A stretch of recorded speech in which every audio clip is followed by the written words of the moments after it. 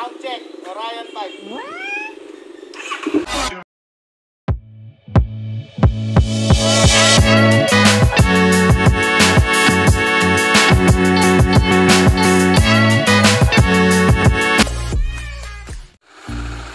What's up, boys and girls? This your boy, Randy Boy! Woo! So ngayon, naka-stock muffler tayo or stock pipe.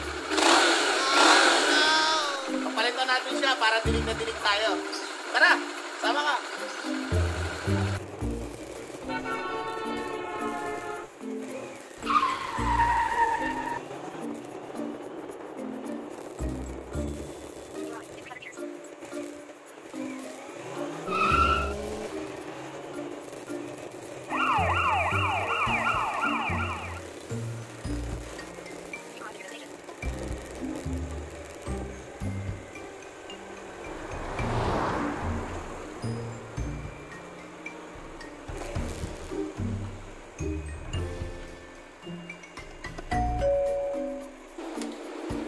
Okay, boys and girls, dito tayo ngayon sa may Orion, dito sa may Quezon City. And sabi ni Kuya Michael, Jake, ganito daw yung style ng two brothers. And buo daw yung tunog nito. So may other option pa ba ako kung sakaling ano pa ba yung ibang tunog na pwedeng ilagay dito? Bilog po. Bilog na Orion. Eh ito kasi oval to, gano'n. Pero lalaki pa yung butas na. Pero hindi siya yung maingay na maingay, no? Buo siya, pero dinig naman siya kahit naka-idle lang. Dinig siya. So ayun, simulan natin, pa-full system natin. Ikaw babahan kuya? Si Kuya Jake. Jake Cuenca, andito pala siya. Okay, patingin nga nung abs mo. What? Wala abs. Kuya, banata mo. Patingin mo, ha? Okay. So, ito, ayun sila.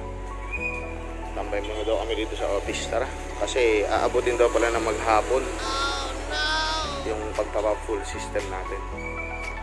Morning po!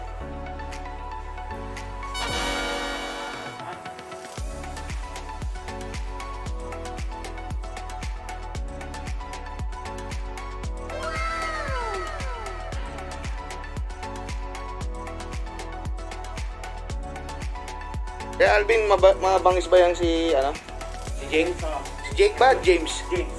James Reed pala. Kala ko naman, Cuenque. James Reed pala. O sige, dito muna kami. Dalaw-dalaw na lang kami ng konti doon. Thank you, Kuya Alvin, ha. What's up, boys and girls? This your boy, Randy Boy. Ano yan? Nasa likod ko? Yes, tama po kayo. Andito tayo sa may Orion Performance Exhaust. Pinakabitan natin yung ating Versys 650 ng full system na pipe. Nice. And, siyempre, sabi ko nga dun sa vlog ko noong nakaraan na iba-iba rin ang hilig or gusto ng mga nagmomotor kung bakit sila nagpa-pipe. And ngayon, dito tayo, ang oras natin ay 7:45. Ayan. So, ayun yung Versys natin. Ayan. So, ang swerte natin, boys and girls, kasi kaharap natin si Ma'am Kate. Ito. Tara, tanungin natin si Ma'am Kate. Hi, Ma'am Kate.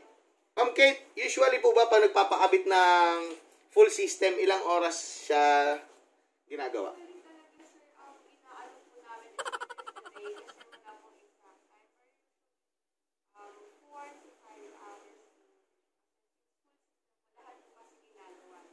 So ganun pala, no? Within 4 to 5 hours, pero hindi sila nagsasabi ng exact time. Kasi nga naman, sa sobrang dami ka nandito, hindi mo masabi kung anong oras kayo matatapos. Sino na yung mga celebrity na nagpakabit or nakita mo na nagpakabit ng Orion pipe? Yung sa Going Bulilit Charity Store po, si John Manalo. Si John Manalo ng Going Bulilit? Wow!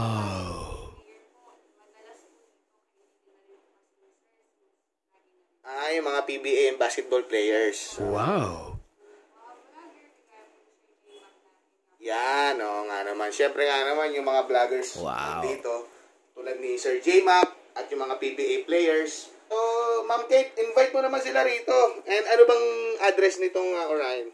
Ang address po namin is 62B, KR Corner, Barangay West Tomias, Quezon City. Open po ang shop Monday to Sunday, 7 a.m. Monday to Saturday, 7 a.m. to 3 p.m. Tapos kapag Sunday naman po is half day kami, 7 a.m. to 12 noon. So, ayun. Good news kasi open sila 7 days a week. Pero pag Sunday is half day lang sila.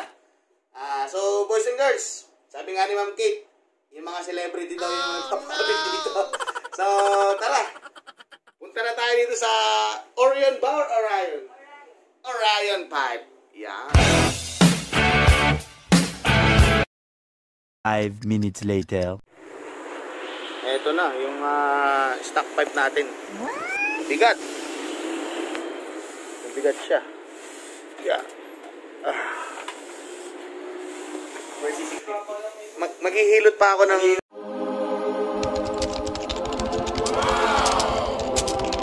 Massage muna ng misis. So, andito tayo ngayon. Hindi lang pala sila sa pipe. So, dito pala sa Orion. Nagre-reflash din pala sila, boys and girls, ng mga motor.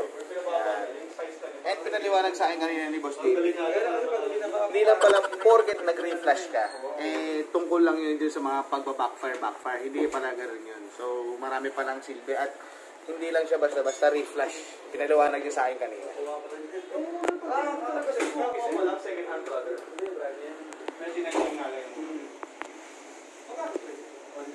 Yan. Sakto, boys and girls, puro Kawasaki pa rin nandito. Yung versus natin Kawasaki. Ayun, no?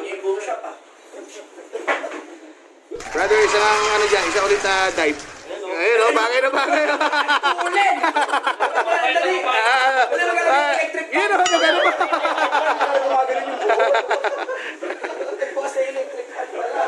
Meaning, yan nabibitin ka na sa throttle response mo. Kasi ang bike ngayon, ang brain niyan, sa environment kung paano may bugay yung throttle. Naka-echo. Yun yung ibig sabihin, yun yung purpose nung kung nabibitin ka sa gano'n. Diba, nagpapa-reflash para ma-maximize yung performance nung pinapa-reflash yung ECU. Ang ECU kasi parang putak yan ng... Hi boys and girls, so dito tayo sa Orion Performance Exhaust. And kasama natin si Boss. At ang kasama natin dalawang brother. Si Boss Paolo at si Boss Subscribe din Checo. po kayo sa akin. Please. Ayan. So tanungin lang natin si Boss ng medyo hindi naman personal, pero sir, kailan ba kayo nagsimula mag-start gumawa ng mga pipe?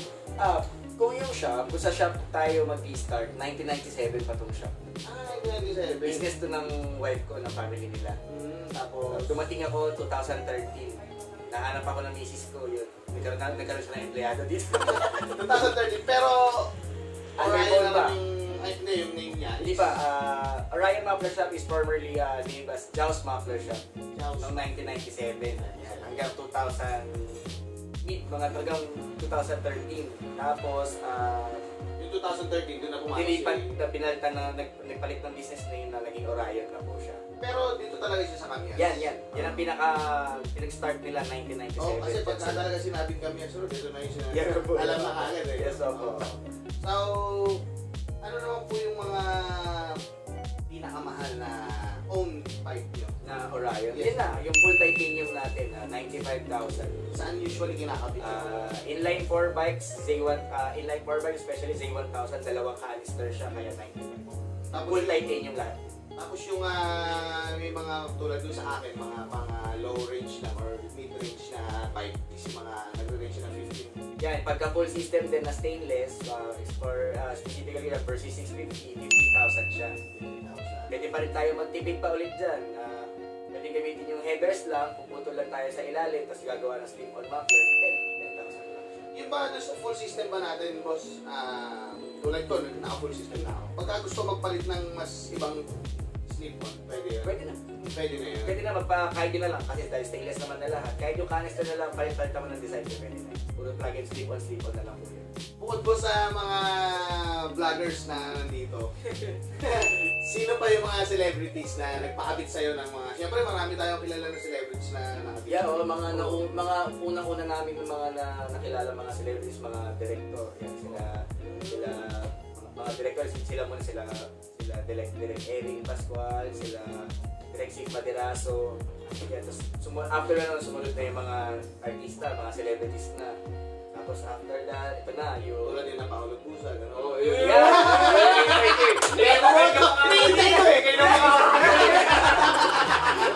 Sorry! Yeah, yung mga number 1 celebrity nila, Paolo. Seiko Pins. Pero yung mga nakagano'n ba?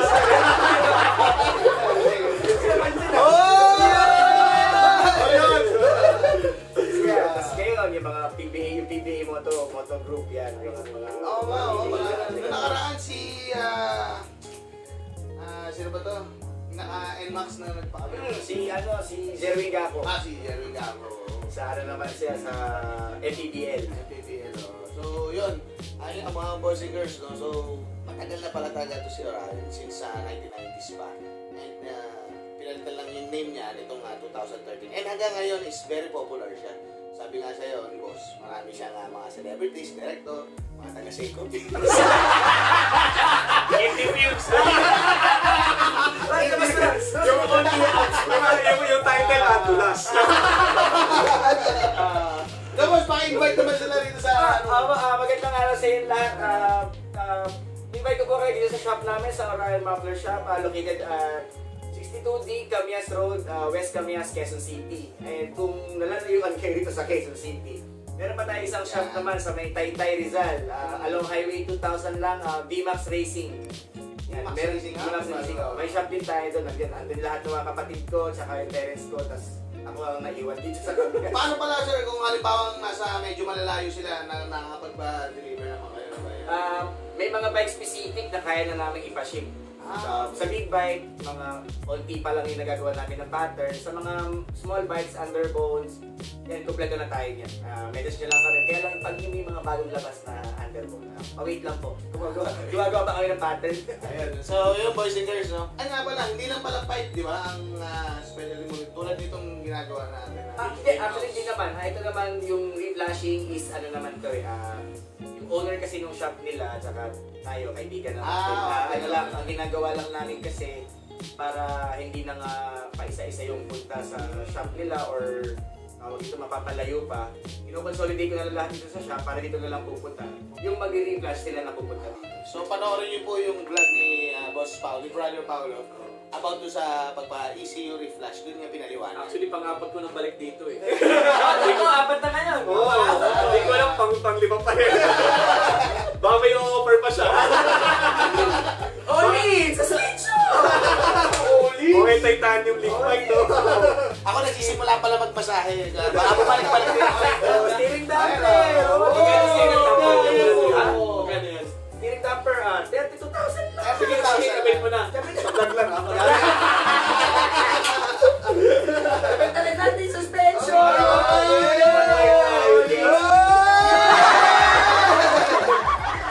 Magkano yung ano, bro? Sige, kabit mo na. Sabi ba siya? For the views. Talaga si Boss Paolo, all in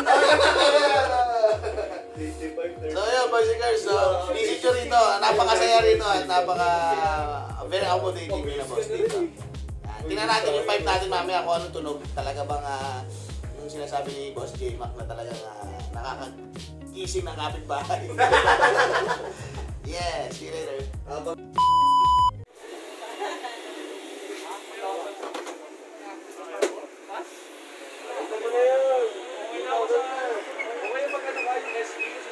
Okay, James, ano yan? Para? Parang sa ka din na. Okay nga, yung gagawin mo. Bababa mo ng konti. Okay, bababa natin konti. Massage din sa kadena eh. Kasi itong pipe natin, Malaki. malaki. Malaki din. So pag nilagay natin dyan, dahil may center stand tayo, Tama. tumatama. Tingnan ako ng allowance natin. Ganyan nga. So ang gagawin mo, bababa mo konti. Yan. No? Galing talaga ni James Reid. Tapos na si Nadine. Nadine. Ito na yung pipe natin, boys and girls. Iitiman na lang to. And ang laki ng butas. Oh. Kita mo yung kamay ko. Ganyan kalaki yung butas ng Orion. Ano Ano kaya magiging tunog? Okay, boys and girls, no? Kasi medyo may problema yung center stand natin. Tumatama siya dito sa pipe natin. So, ang gagawin ni Kuya James at ni Kuya Alvin, ititig weld siya ng konti. Shape naman daw yan, kaya hindi na namin tinanggal yung battery.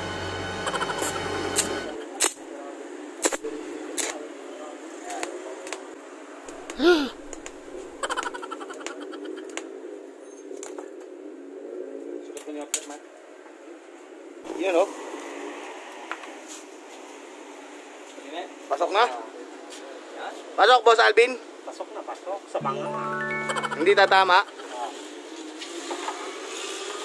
Sa banga yan, oo. Pero magkakaroon pa rin siya ng bracket dito, hindi na? Hindi, babrakit lang pa yan. Ah, dyan. Okay.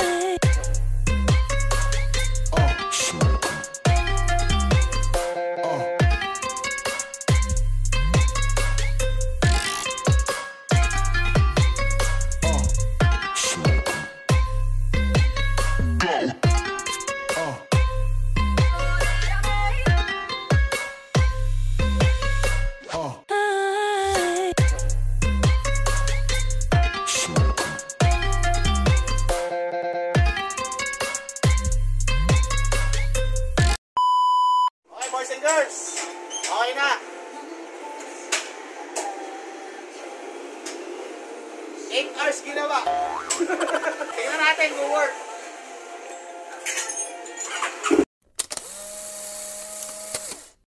From Orion and with Boss JP. Yes, thank you po, boss. Start natin.